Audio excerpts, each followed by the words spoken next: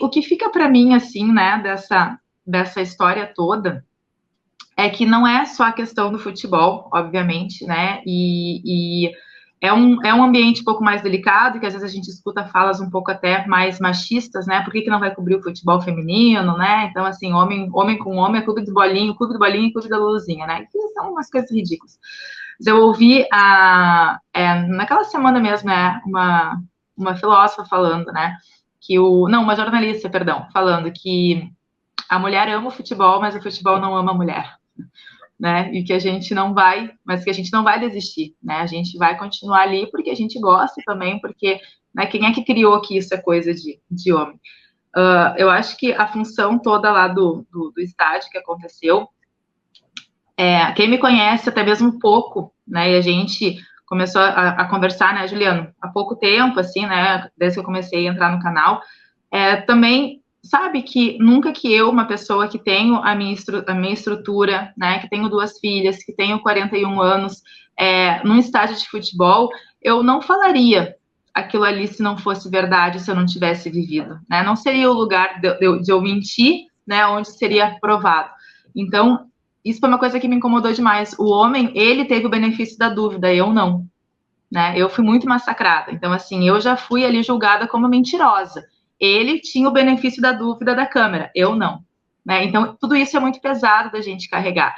O que mais me impactou foi, e que é o que acontece com muitas mulheres, o que mais me impactou foi que quando eu dei o meu primeiro depoimento, quando eu cheguei na delegacia, lá no GCRIM, eu falei que ele tinha me beijado, que eu tinha sentido o beijo, e que eu tinha sentido o suor dele, o beijo dele e o barulho do beijo.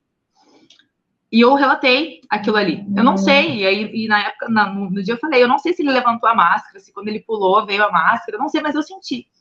E no domingo de noite, segunda de manhã, eu fui tão massacrada, falando que era impossível beijar de máscara, que era impossível, sabe? Tipo assim, e aí eu comecei a duvidar de mim mesma.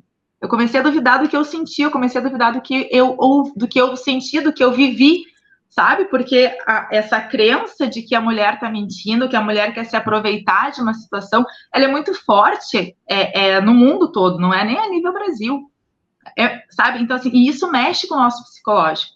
Por isso que eu entendo agora quando as pessoas falam, nossa, teve muita coragem. Mas entende que é louco a gente ter que ter coragem de fazer uma coisa que deveria ser normal e natural?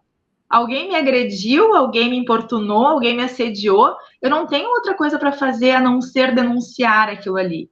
Mas a gente precisa de uma coragem absurda. Então tá errado no momento que tu é parabenizado o tempo todo pela coragem, né? E entende? Eu aceito parabéns, eu entendo, mas não pode ser normal, né? E aí, quando eu não mudei o depoimento em nenhum momento, mas eu comecei a aliviar um pouco essa fala. Porque eu comecei a falar assim, eu senti o suor dele, eu senti a pele dele, porque eu já comecei a realmente duvidar. E aí, no dia que o inquérito foi finalizado, eu chorei muito quando a Cristiane, que é a delegada, trouxe a público o depoimento dele. Porque lá no depoimento dele, ele falou que ele me beijou à força. Ele não usou nem a palavra tentar. Sabe? Ele falou assim, eu beijei ela à força. E aí, quem vê nas câmeras, quando ele tá ajoelhado do meu lado, nessas que a polícia liberou, dá pra ver que ele tá aqui e os olhos do Saci estão lá pra cima. Ou seja, ele já tinha levantado a máscara naquele momento. E a máscara, pra quem não sabe, o queixo do Saci termina aqui. Né? Então, assim, a boca, ela fica livre para poder conversar com as pessoas e falar.